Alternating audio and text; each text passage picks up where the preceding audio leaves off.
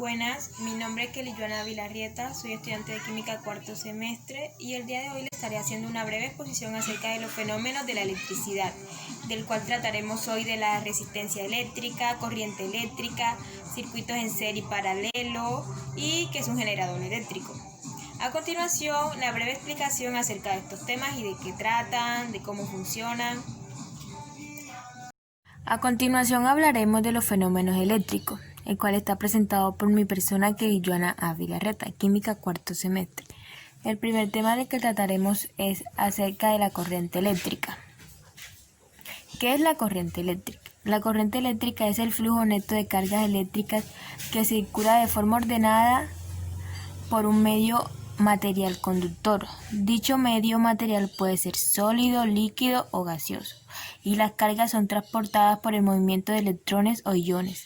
Más concretamente tenemos en los líquidos los iones, en los sólidos se mueven los electrones y en los gases los iones o electrones, así como se muestra en esta figura que aparece.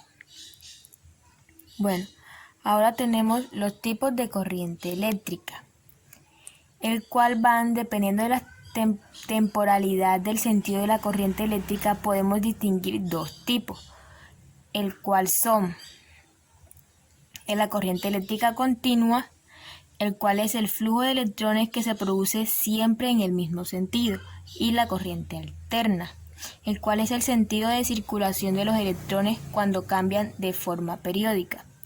Entonces tenemos que a lo largo de este tema nos centraremos más únicamente en la corriente continua, que es la más adecuada. Ahora tenemos los efectos de la corriente eléctrica. De forma general, la corriente eléctrica produce tres tipos de efectos, el cual son el efecto calorífico, el cual es el que circula una corriente eléctrica por un conductor. Este aumenta su temperatura y el efecto es utilizado en estufas, hornillos, etc. Tenemos el efecto químico. El efecto químico es aquel que si la corriente eléctrica circula por un conductor iónico, dicha corriente es capaz de producir un cambio químico en él. Este efecto es utilizado en la electrólisis. También tenemos el efecto magnético, el cual es el paso de corriente eléctrica a través de un conductor que crea un campo magnético similar a la que produce un imán. Bueno, también tenemos el efecto magnético, que es el paso de corriente eléctrica a través de un conductor que crea un campo magnético similar que produce un imán. Este efecto es fundamento de motores eléctricos, dispositivos de televisión, radio, amperímetro y voltímetro, etc. Bueno, ahora nuestro segundo tema del que nos trataremos hoy es de la resistencia eléctrica. La pregunta que nos haremos es, ¿qué es la resistencia eléctrica? Entonces, tenemos que la resistencia eléctrica es una magnitud que se utiliza para medir la oposición al flujo de la corriente eléctrica en un conductor o componente eléctrico. También tenemos que la resistencia eléctrica depende de la resistividad del material, o sea, P, de la longitud del cable, del componente eléctrico y la superficie transversal del mismo.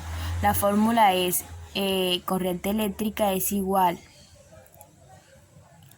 a la resistencia del material por la longitud por el componente eléctrico o superficie transversal. En el sistema internacional, las unidades de la resistencia eléctrica son el ohmio, que se simboliza con el signo que aparece ahí. Entonces, como este se simboliza con un ohmio, también tenemos que definir qué es la ley de Ohm. Entonces decimos que la ley de Ohm esta es la que está relacionada con la resistencia eléctrica, con la diferencia de potencial a través del cable o componente eléctrico y la intensidad de la corriente que circula a través de él. Esta se representa por la fórmula resistencia eléctrica es igual al voltaje sobre la intensidad. Que son los aislantes y los conductores. Entonces tenemos que los aislantes, estos son los materiales de baja resistencia eléctrica que se denominan buenos conductores de la resistencia. mientras que aquellos que presentan una gran resistencia eléctrica se denominan aislantes eléctricos, el cual tenemos el ejemplo de aislantes. Los aislantes tenemos la madera, el plástico, la cerámica, el vidrio, los tejidos de ropa y el corcho. Un ejemplo de aislante tenemos una lámina de cinta, el cual aparece en la imagen. De los ejemplos de conductores tenemos los metales en general, el cobre muy buen conductor, la plata muy buen conductor. En el ejemplo que tenemos en la imagen es el cobre. Entonces tenemos el ejemplo de resistencia eléctrica. Aquí mostramos un pequeño ejemplo de resistencia eléctrica que nos dice que calcula la resistencia de un componente eléctrico por el que se circula una intensidad de 4 amperios y se produce una diferencia de potencial de 220 voltios. Por la ley de Ohm tenemos que la resistencia es igual, como nos dan la intensidad y nos dan los voltios, lo que hacemos es reemplazar en la fórmula y entonces nos queda R igual a B sobre I, eso es igual a 220 voltios sobre 4 amperios y eso es igual a 55 ohmios. Esa es nuestra intensidad. Bueno, ahora el tercer tema del que trataremos es el circuitos de series y paralelos. Entonces, primero que todo, vamos a definir qué son circuitos en serie, el cual son dos componentes que están en serie, se comparten un nodo y a la misma corriente fluye a través de ellos. Aquí hay un ejemplo de un circuito con 3 resistencias en serie, como lo muestra la imagen.